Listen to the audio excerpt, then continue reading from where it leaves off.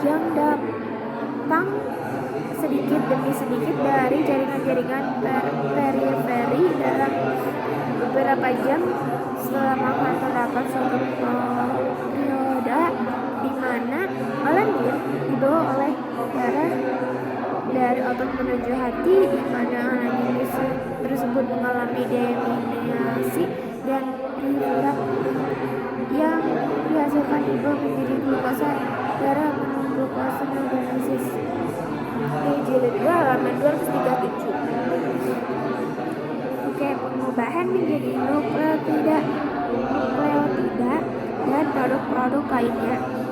Asal juga adalah peran ekspor di dalam biosintesis basa purin dan pirimidin yang menjadi dasar semua nukleotida di jilid 2 halaman 237.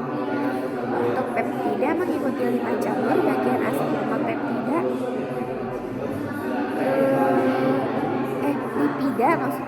Lipida yang masuk hati ke dalam jalur yang berbeda-beda seperti terlihat pada gambar 24-11. Nanti kita lihat ya gambarnya. Oksidasi menjadi CH2 dengan pembentukan ATP. Asam lemak bebas dapat diaktifkan dan dioksidasi menghasilkan asetil CoA dan ATP halaman 208. Pembentukan badan keton kalibrasi dari CoA yang bebaskan adalah oksidasi asam lemak yang tidak diperlukan oleh HT5 menjadi badan keton, yaitu asetat dan hidrokarbohidrat yang dibedakan ini ya gambarnya.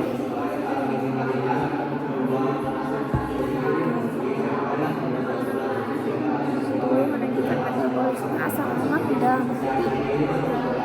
Di sini biosintesis kolesterol dan garam sebagian besar CoA dibutuhkan dari asam lemak jadi glukosa akan digunakan sebagai prekursor utama untuk biosintesis kolesterol.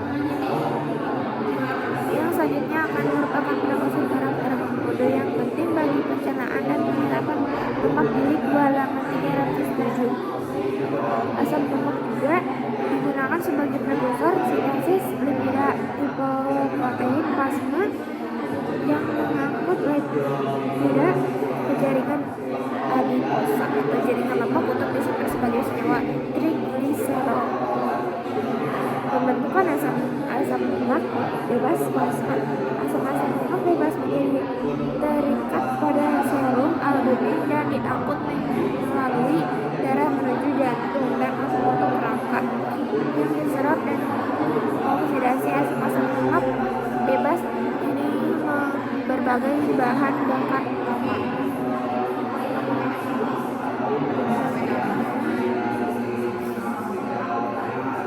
Di sini ada gambar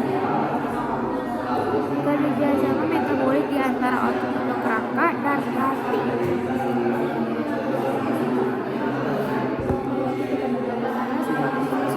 Otot yang maksimal juga aktif secara terus-menerus bernapas angka untuk beberapa saat tanpa oksigen yang dihirup dimanfaatkan untuk menghasilkan urat atau laktat dan bahan bakar lainnya untuk membentuk kembali ATP dan fosfokreatin di dalam otot.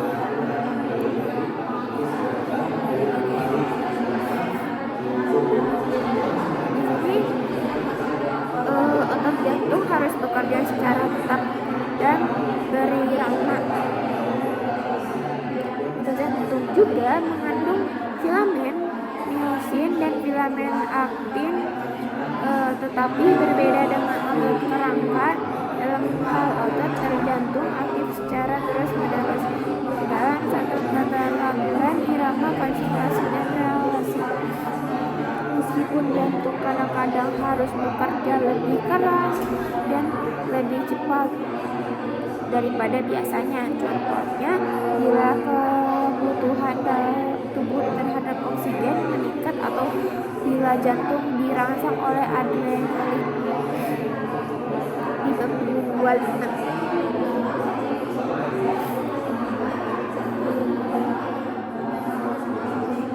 Jantung tidak mempunyai kisaran atau output kerja yang sangat besar seperti yang diperhatikan oleh untuk otak menggunakan energi untuk mengirimkan impuls. Metabolisme otak sangat istimewa dalam berbagai segi. Pertama, otak manusia dewasa biasanya hanya menggunakan glukosa sebagai sumber energi. Kedua, otak melangsungkan untuk metabolisme pernapasan yang sangat aktif. Metabolisme tersebut menggunakan hampir 20% atau oksigen yang digunakan.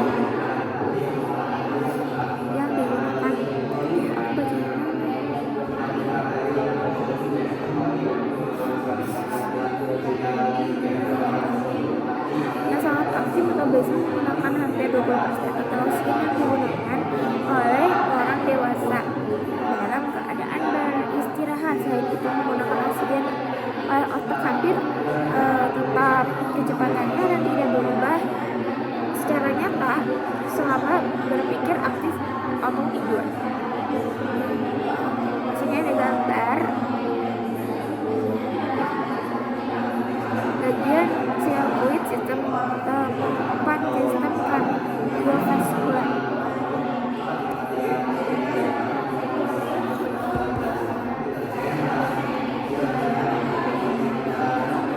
Dan juga yang di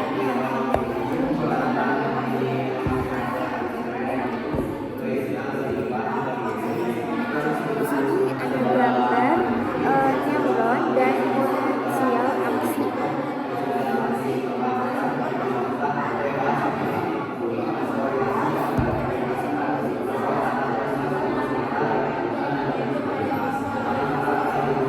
Dalam Daning Atlas keluar dari akson gambar 24 sampai 14 yang barusan, 3 ion Na+ diangkut keluar dan 2 ion K+ ke dalam tiap-tiap molekul ATP yang hidrolisis karena ketidakseimbangan muatan listrik. NaK+ ATP base menimbulkan perbedaan potensial listrik sepanjang membran aksonal yang biasanya positif di bagian luar. Untuk di sini ada gambaran fotosinopsis.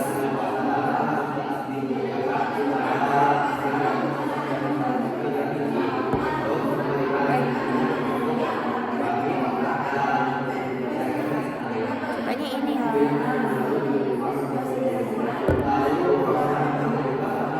Jaringan adiposa melakukan metabolisme aktif. Jaringan adiposa terdiri dari sel adipos atau sel lemak gambar 24 sampai 16. Nanti kita lihat ya gambarnya, bersifat amorfus dan tersebar luas di dalam tubuh. Di bawah kulit di sekitar saluran darah di dalam tubuh dan di bawah dalam ruangan abdominal. Gambarnya ini mikrofag elektron adipoksit.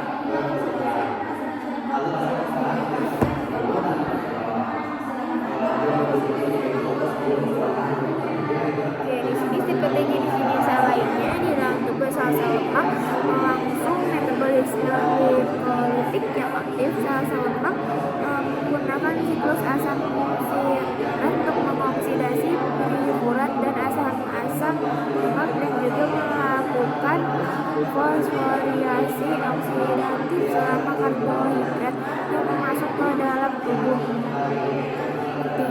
Tinggi jaringan adiposa secara aktif mengubah glukosa menjadi purifurat dan steril KOA menjadi asam-asam lemak.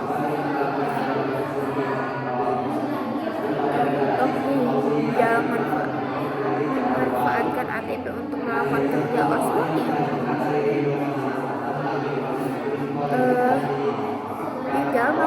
metabolisme pernapasan secara aktif dan bersifat cukup fleksibel dalam aktivitas metaboliknya. Organ ini dapat menggunakan glukosa darah, badan keton, asam lemak bebas, dan asam metaboliknya. Organ ini dapat menggunakan glukosa darah, badan keton, asam lemak bebas, dan asam amino, berbagai sumber bahan bakar yang akan diuraikan selanjutnya melalui siklus asam sitrat untuk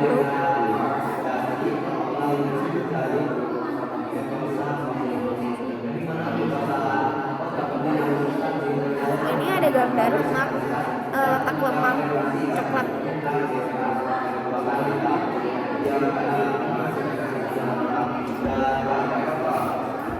Oke, di sini ada tabel komponen utama urin manusia. Di sini ada komponennya, ada glukosa, asam amino, urea, kreatinin, asam urat, terus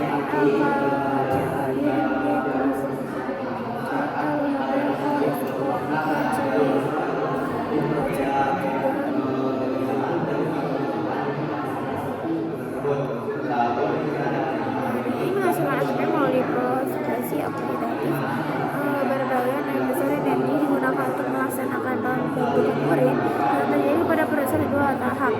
Pada tahap pertama, plasma darah disalin melalui struktur mikroskopik yang dimana bukan buang lulus pada korteks atau lapisan luar ginjal. Gambar 24-14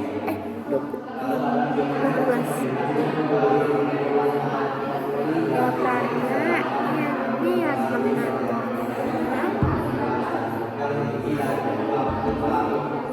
ini gambarnya ginjal mengandung berbagai unit fungsional yang dimana dimakan nefron. Oke. Jadi darah adalah cairan yang amat kompleks. Kita bahas, darah merupakan alat untuk komunikasi metabolik di antara organ tubuh. Daerah mengangkut nutrien dari usus kecil ke hati dan organ lain, mengangkut produk pembuangan ke ginjal untuk diekstreksi. Darah juga merupakan alat untuk mengangkut oksigen dari paru-paru ke jaringan untuk mengangkut CO2 yang bertubuh selama metabolisme respirasi jaringan ke paru-paru untuk diekspirasi. Untuk ini ada gambar komposisi darah dipisahkan menjadi plasma darah dan sel dengan sentrifugasi.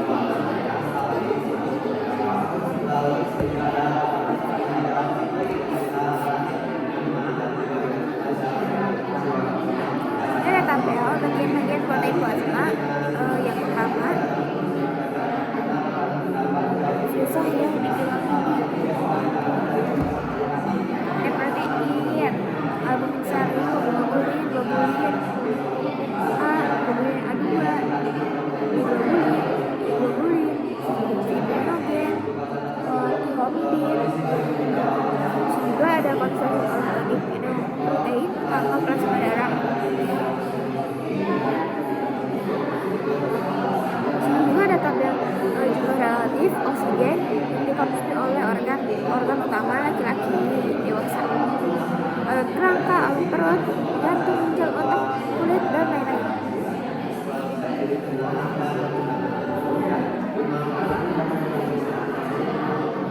Hemoglobin adalah pengangkut oksigen.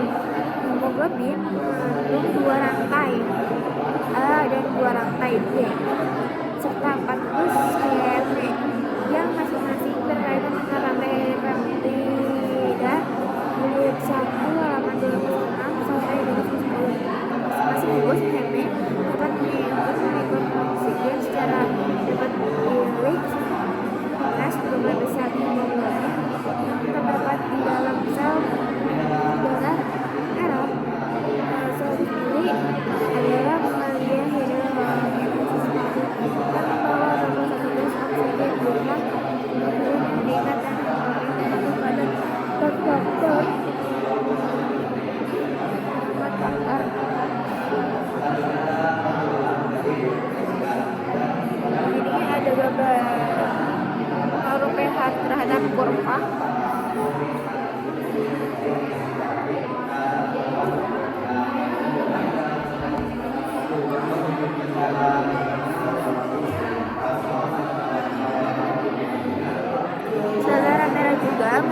CO2. Darah juga mengandung karbon dioksida yang terbentuk sebagai hasil dari oksidasi bahan bakar dari jaringan ke paru-paru. Selanjutnya, karbon dioksida di paru-paru dibebaskan dalam bentuk hembusan darah. Di sini ada rumus-rumus kimianya. Ada tabel koordinasi penguatan oksigen dan karbon dioksida dalam sel darah merah.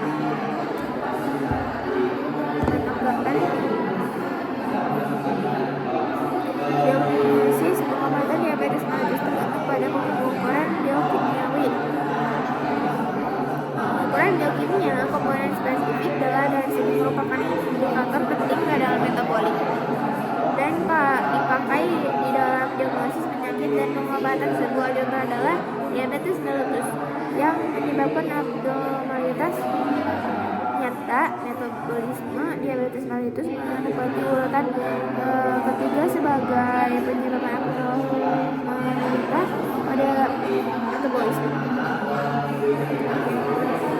Gejala karakteristik diabetes adalah rasa haus dan halusinasi yang berlebihan. Yang lebih nyata lagi adalah tingkat glukosa darah dan bagaimana hal ini bereaksi terhadap konsumsi glukosa. Diabetes lainnya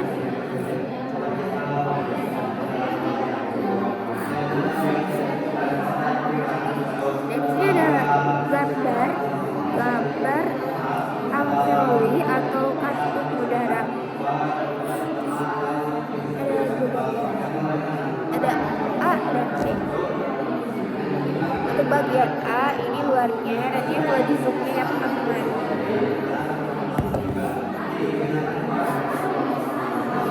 Tabelnya di sini ada perubahan penting dalam komponen darah dengan urin diabetes mellitus yang tidak terkontrol. Juga ada waktu jamnya yang normal atau diabetes.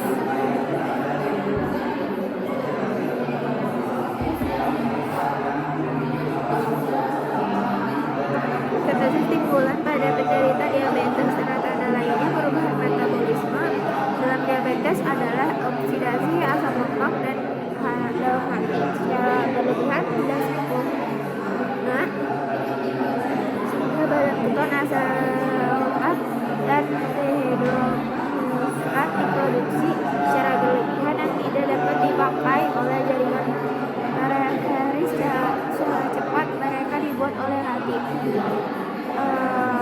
Selain dehidrogenat dan asam lemak, darah penderita diabetes juga mengandung kesehatan yang dihasilkan oleh karbon dioksida, asetat siram. Sini ada eksen buaya meningkat pada penderita diabetes. Dan lainnya ada diabetes yang parah dalam meningkatkan pengeluaran urea, yaitu produk buangan utama dan nitrogen dan berradiasi oksidatif asam amino. Untuk adalisis menyertai diabetes akut, hebat menunjukkan dan cukup haus yang dirasakan pada menurun pH darah pada diabetes yang tak terkendali yang dapat dimana turun dapat sampai pH 6,8 dibandingkan dengan tingkat normalnya yang kira-kira pH 7,4.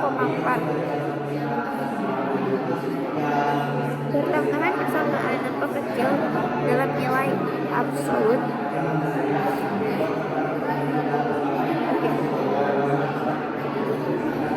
Untuk ringkasannya, di polisakarida lain sebagai hidrolisis dan amilase juga di dalam tubuh.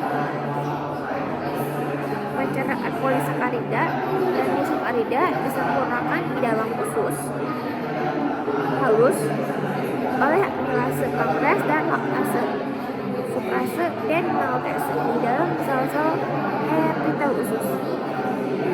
protein dicerna oleh aktivitas beruntun pepsid dalam kandungan asam lambung, diikuti oleh aksi tripsin dan koptipsin pada pH 7 sampai 8 di dalam usus halus.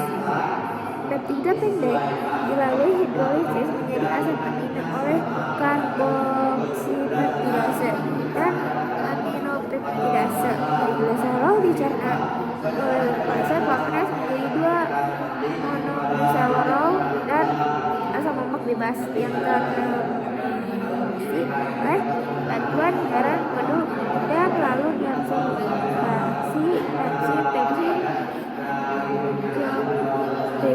karbodiapase dan lipase dikeluarkan ke saluran. Gliserol sebagai glikogen yang tidak aktif. Sel merah itu berperan sebagai transportasi O2 dan CO2. Otot kerangka difungsikan untuk produksi ATP berbagai konsentrasi dan lewat seksi. Untuk hati adalah pusat penyaluran dan organ mengolahkan bahan makanan glukosa dan fosfor ya dalam molekul kunci intermediate dalam metabolisme. Karbohidrat dapat diubah menjadi glukogen, menjadi glukosa darah atau menjadi asam-asam lemak melalui asetil CoA. Oke, untuk bab 24 sudah dibaca. Itu tadi judulnya pencernaan, transformasi dan keterpaduan metabolisme. Terima kasih.